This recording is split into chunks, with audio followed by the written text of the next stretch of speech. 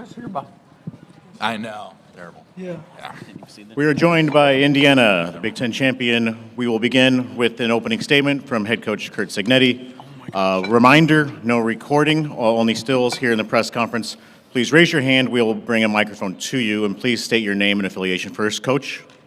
Yeah, great win, gutty game, hard-fought physical football game. Wasn't perfect by either team. We found a way to survive it, made the plays when we had to. And, I thought once again, when the game was on the line, Fernando was throwing dimes and Charlie Becker was showing up making big plays and Sarratt with a big touchdown. Our defense, just created a lot of issues. Ohio State did start to scratch our run game there in the second half and missed that field goal. Of course, we missed one too, so it's even. So it's a great win for us, obviously, our first Big Ten title. And now I got 3.5 weeks to kind of humble this team and get them ready for the playoffs. We'll go here back corner. Please state your name and affiliation. Sammy Jacobs of Hoosier Huddle. Coach, your defense had 8 tackles for loss, 5 sacks. What made them get after the quarterback? Stephen Daly had a big game, and Elijah Hardy had a big game as well, along with Aiden. But what made you guys so successful on defense? Well, I mean, that's been who we've been all year and really since 2019, I'm not going to lie to you. And, we've always been high in TFLs and sacks, and so we got a great effort from our front guys, and, we're down up those blitzes, got the quarterback off rhythm, let him out of the pocket a few times, which we can't do. But all in all, I thought we played pretty well. Go right here. Isaiah, you name and affiliation. Seth Tao with the Daily Hoosier. Isaiah, you were with this program for the previous regime. You've seen what this program was. You've seen what it's become. For somebody like you that's been along for that whole ride, what does this mean? Isaiah? Yeah, I mean, it means a lot. I know it means a lot to me. It means a lot to all the guys that maybe were holdovers. But it means a lot to the guys that came in, too. And, it's the coaches buying in. It's, they work all year long for us. And it's just the players buying into the strength staff, to the coaching scheme, and each other. We just want to play for each other and play our best. Go here in the back. Scott Docterman with The Athletic. This is for both Coach Cignetti and for Fernando. You've been in some really tight situations in the fourth quarter, and you've come through at Oregon, at Iowa, at Penn State. How did that help you prepare mentally for this kind of challenge here, because you had to come up with some big plays throughout the second half? We'll go Coach first. Yeah, no doubt about it. I mean, I think we probably all on the bench as that clock started to tick down into the fourth quarter and it was game on the line, probably at some point felt like, wow, we've been here and we've won, and they've never been here.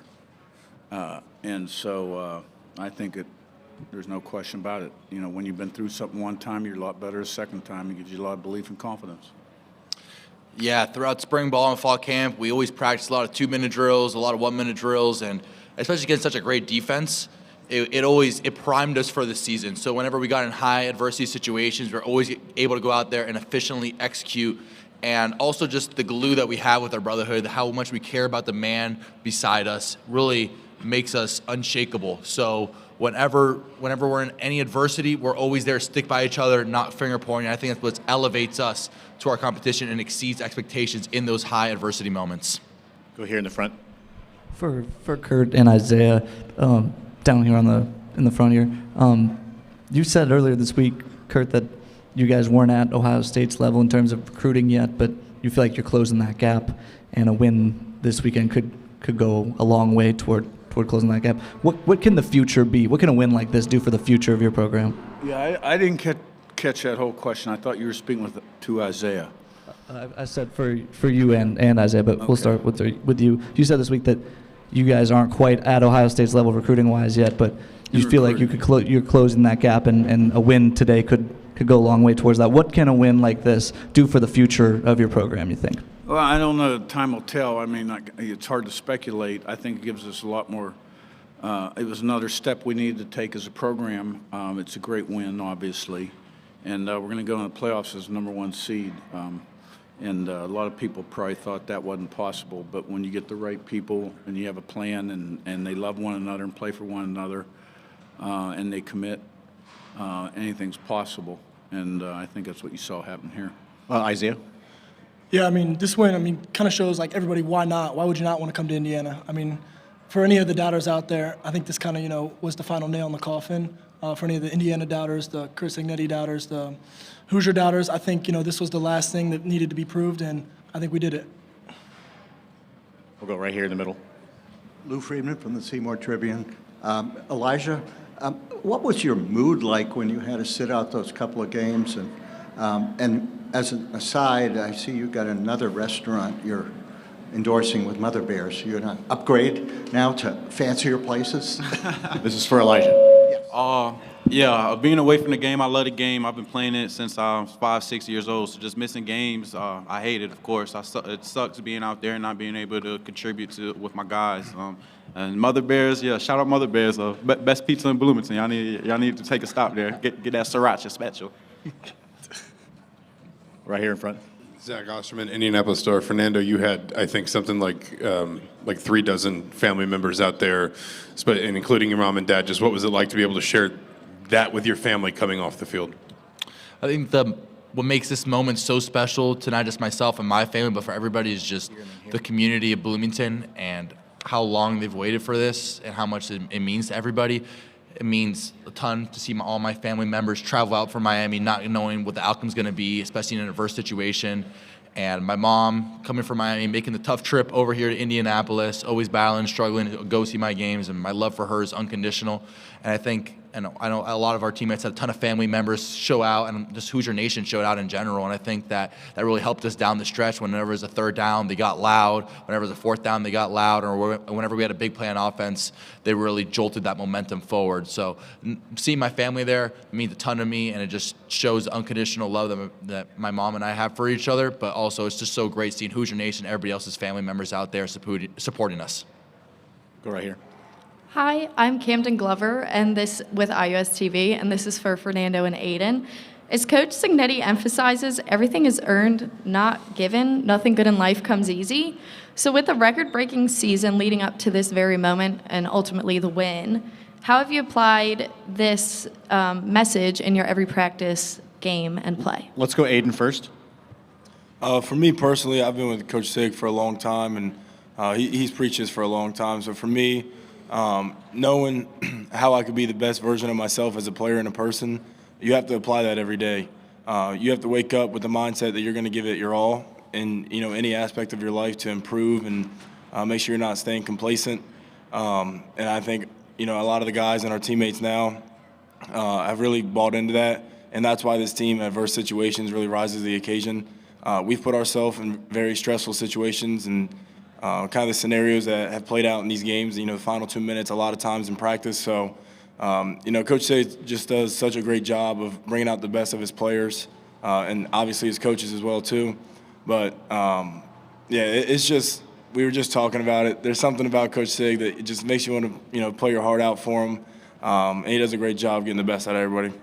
Same question for Fernando. Yeah, I think it's about being process-oriented and never being complacent. For example, when we beat Purdue last week, 56-3, Coach Sig came in the locker room and said, "Hey, it's a great win. We're 12-0 for the first time in program history. However, there's going to be a lot of things on film that we got to clean up." And I think it reverts back to the Stoic philosophy of the never-ending journey of the process and not to be complacent. And I think what Aiden said was beautiful. Of you always want to push yourself every single day, every single play, and every single rep. Act like it's the final play of the game. Act like it's the most important play of the game, most important play of your life. And I think that has helped motivate us and propel us forward from games like Oregon, where, yeah, we won, but we weren't complacent. We still had a lot of cleanup on film, and the next week we try to get better every single week.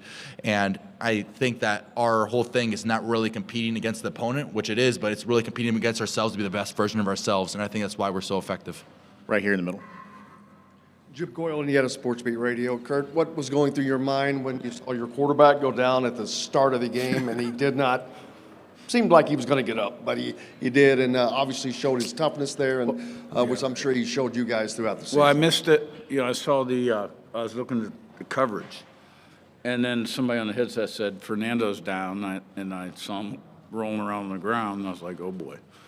And then when I saw the replay before I got out to him, it looked to me like he had got hit, not in the head, but maybe had the wind knocked out of him, and that's what he confirmed.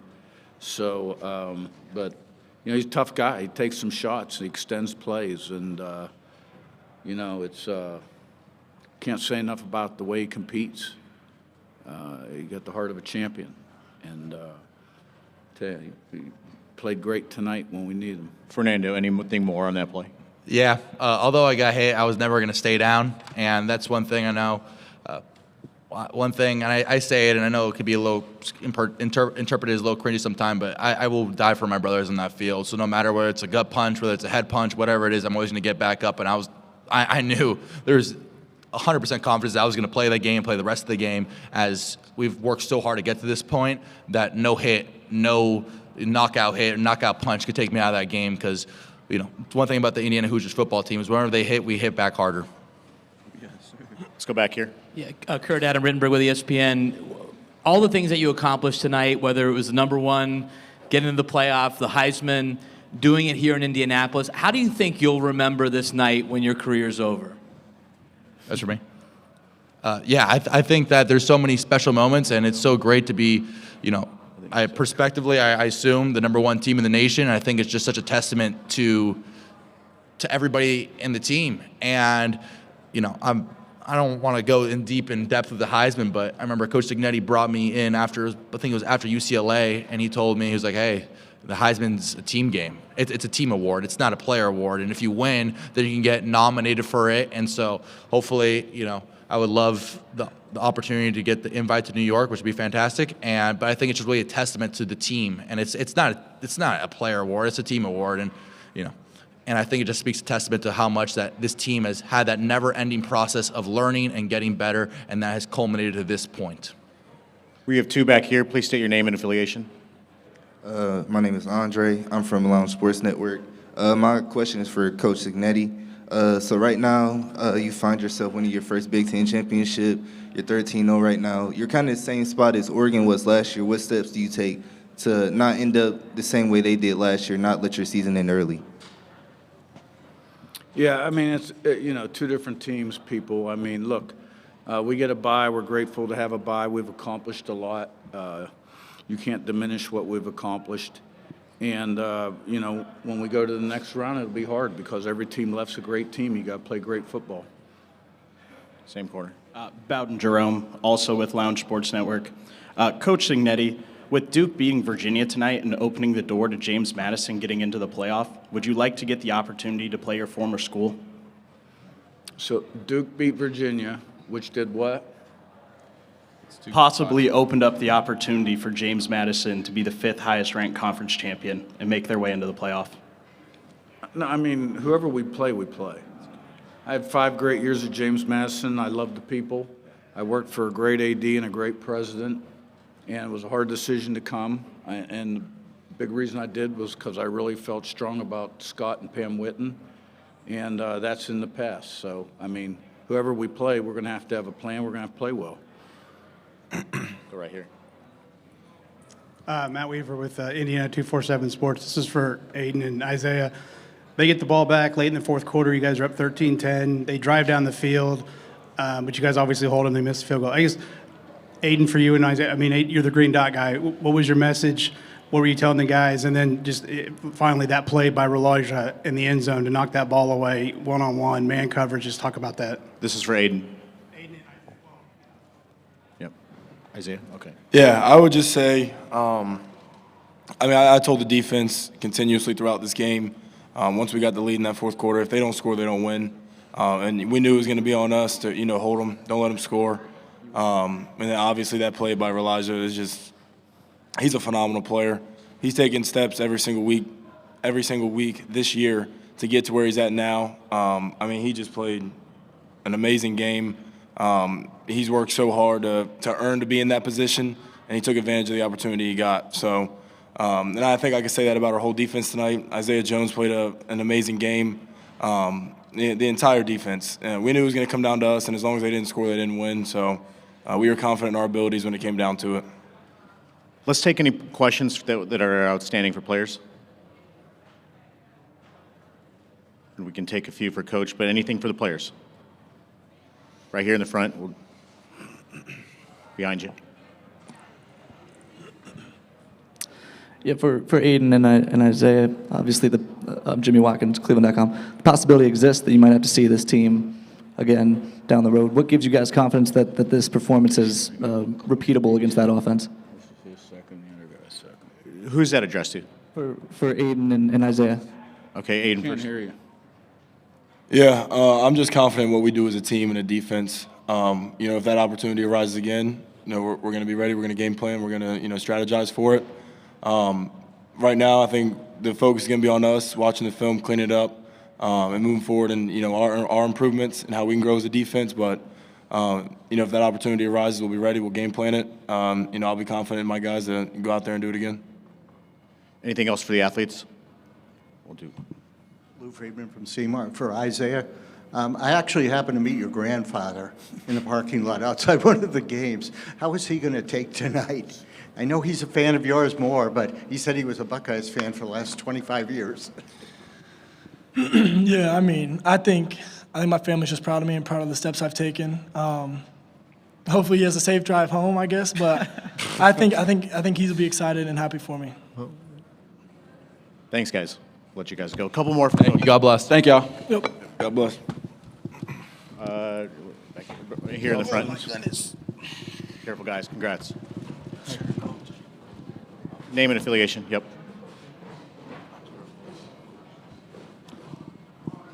Hey, Coach. Zach Browning, thehoosier.com. It's 3rd and 6, 2 minutes and 41 seconds to go. You elect to throw the ball, and Fernando completes 33 yards down the field to Charlie Becker. What went into that decision to throw the ball there? They had, when we started the drive, they had time and timeouts. They had enough time with their timeouts for about 16 plays at the start of our drive. And then they used their timeouts, and, I wasn't going to play not to lose. We were playing to win. And the one thing, we do spend a lot of time on the clock, how many plays are left in the game, things of that nature. We've kind of figured we had to get about 3 first downs. That's what I told the team. So you got to get a first down. I wasn't going to punt the ball back to them with 2 minutes to go and no timeouts.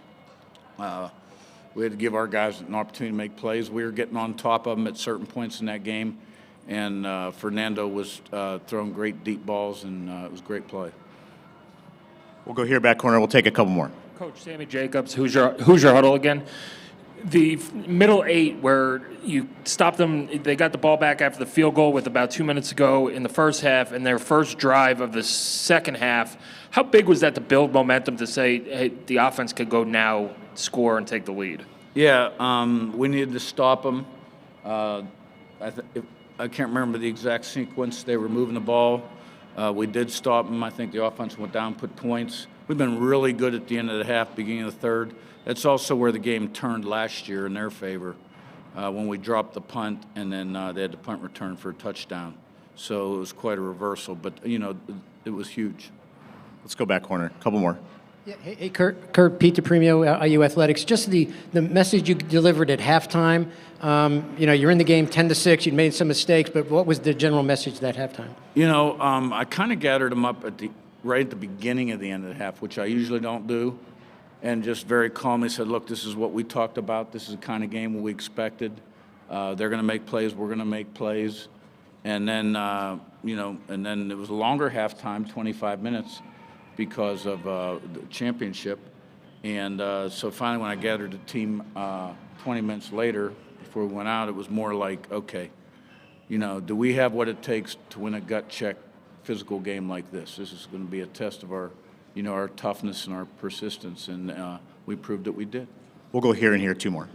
Kurt, Seth Towle, the Daily Hoosier. The game ends, the confetti's falling. You're able to watch your players celebrate this. Obviously, you have more football to play, but what goes through your mind watching your players celebrate this, and how special is it to see that for them? You celebrate. I'm proud of them. I'm proud of them and the coaches, and I'm kind of a what's next kind of guy. That's the way I'm wired. So I'm thinking about where's Ryan Day? Okay, now where's Jeff Kaag? How many interviews do I got to do? And that kind of thing. I liked our preparation coming in this game. I liked our mindset. And, we had been here before. We hadn't been here before, but we'd been in this situation before against Oregon and prevailed. And, Let's go Fort Wayne, Indy, and then we'll be good to go. Yeah, Dylan Sin from the Journal-Gazette in Fort Wayne. Yeah, Coach, just can you take us through the 88-yard touchdown drive in the third quarter, just everything that went into that and how you guys were able to move down the field and take the lead there? Okay, I'm going to have to, when you get my age, your memory isn't quite as good. 88 yards, how many first down conversions? Is that the one right after them? Yeah, here we go. 7 plays, 88 yards. Okay.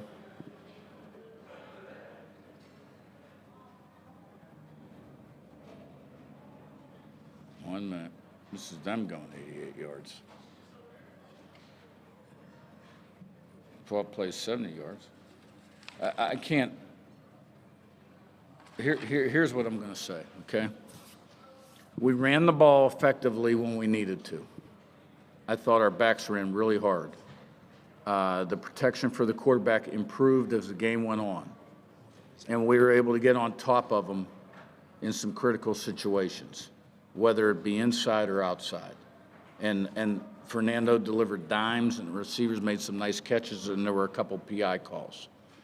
And there were some critical third and fourth down conversions made in that game. And, it was a battle of attrition for a while there. We had guys going out left and right, and we were trying to figure out, fill in personnel groupings and special teams at one point. It was that kind of game.